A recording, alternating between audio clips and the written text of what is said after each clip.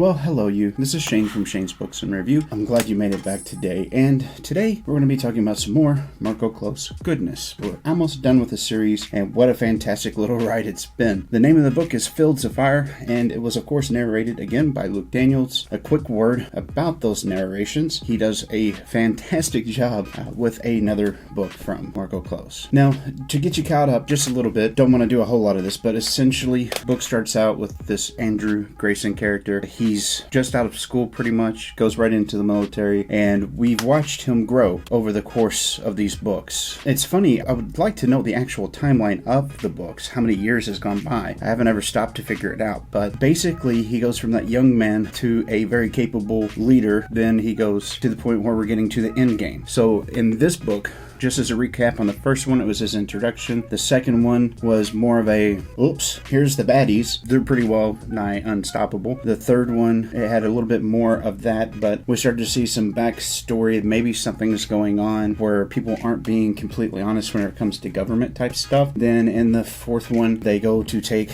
a ship and a fleet back. And in this one, which I think is the fifth one, there was an incursion that happened from these spacefaring aliens that home in on radar, which clever. Book 4, they had pretty well removed all of them that had made it to Earth, but there was a stronghold on Mars. On the beginning of this book, we get right into it because some of those Linkies had actually escaped, were in the frigid, icy areas of the northern hemisphere of planet Earth, thinking the Danes. With that being said, this book is a little bit different in some ways than the rest of the ones that he's released. Typically, there's a main story. It does happen, and there's a couple of subplots, but this one, I could tell that he was trying to answer a lot of questions that people would have. And that was great. It was good for multiple reasons. I mean, Haley, the pilot chick girlfriend, him, his mom, Masood, and a few of the other main characters that we've grown to love through this series, like Dimitri. I love some Dimitri. He's awesome. We get to see just a little bit more about them in this one. In the opening scenes, they're infiltrating that area, as I was mentioning, in the frigid, icy areas. Essentially, the Linkies make their first trap for us. They set it up so that it's almost impossible for their little ragtag group to do what they're needing to do. They need to infiltrate, they need to get down into the lair, find out what's going on, so they can remove these big creatures off the face of the planet. But they've set it up where the stairs are just a little bit too big for humans. They've set it up so there's multiple angles that you have to turn and go down these stairs. They've made it a nightmare so that their usual things that would work, like rolling armor trucks or flying or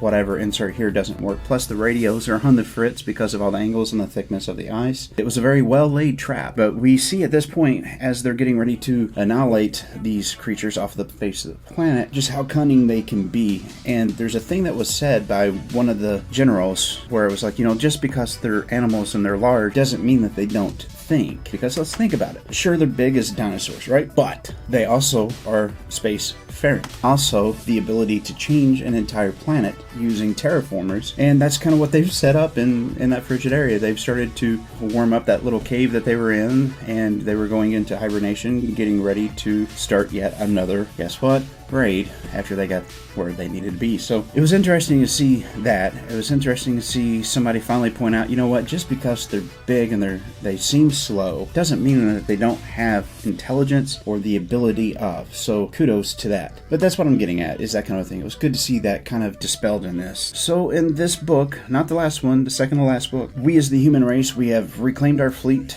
We've took care of the ones that we know about on Earth, and we're getting ready to throw that very elusive Hail Mary pass to Mars. That's right. This is where things get a little bit awry. So General Masood, he's a really tough little man. He's very narcissistic in a way, or maybe sadistic in a way, but he's very business-like. He would be the type of person that he would walk up to you, slap you in the face, go to your house, slap your mom in the face, and then pet your dog but kick your cat on the way out. He's very no-nonsense. He doesn't really care about the resources that are around him if he can achieve his end goal. With that being put out there, it was kind of good to see the interactions between Andrew and him. Now, I'm not going to get into the particulars.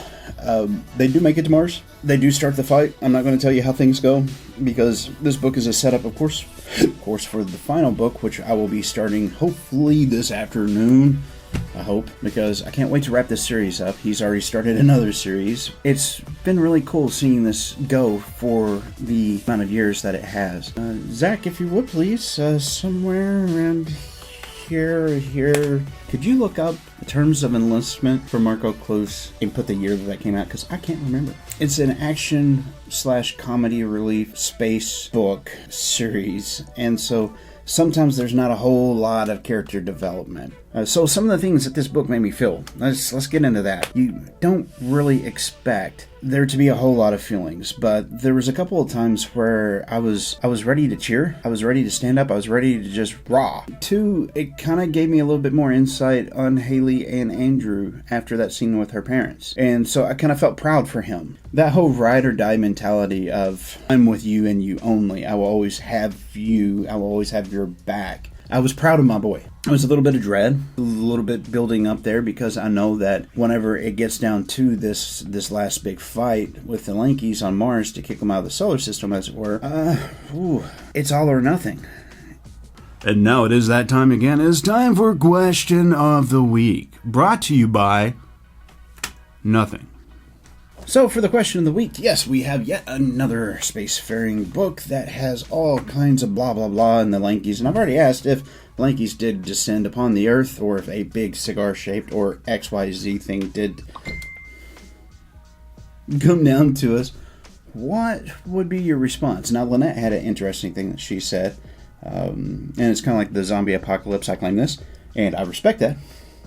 And I think I still will head to Australia if that ever does happen, because you've got a very valid point there. But for our question this week, let's go the other direction. Let's say that we're the baddies. Let's say that we're not the ones that are cool in the book. Let's say that we're the ones that are spreading throughout the galaxy, the universe, etc. And we meet a foe that's very quick-witted, very fast to respond, but they're only about this big. If they were to start to bring the fight to us and start to devastate us, how would you feel about that? I personally think it would be justified. Comment section down there, you know what to do. I am curious. I would actually like to know. As far as the most interesting comments this week, bow bow bow, there it is. Thank you so much for leaving that down there. Now with that said, what are we talking about in the next couple of weeks? Okay, so I've got a couple books that I'm getting ready to send to Zach for editing. Hopefully the Jack Reacher book will be up by then, so that should be next week. And then after that is the last book of Marko Kloss. Of course, as always, I am open to the suggestions down there, and I think I'm going to ask Zach to help me out a little bit with that so that we can keep track of the ones that you guys have suggested. Don't forget, we do have a Patreon down there in the description, and it's something you can do if you want to. You don't have to. I know the last time that I said this, I said something about, if you want to help to keep the lights on, well, the lights burn by themselves, so we don't have to worry about that. But, we do know that Zach does like some tape, and, I've heard a rumor that he might actually like a shameless plug.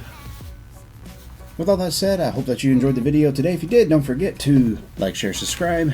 This is Shane from Shane's Books and Review. I hope that your week was a good one and that the next one is better. Beyond that, YouTube wants you to see one of these over here. I'm not sure which one you're going to pick, but that's on you.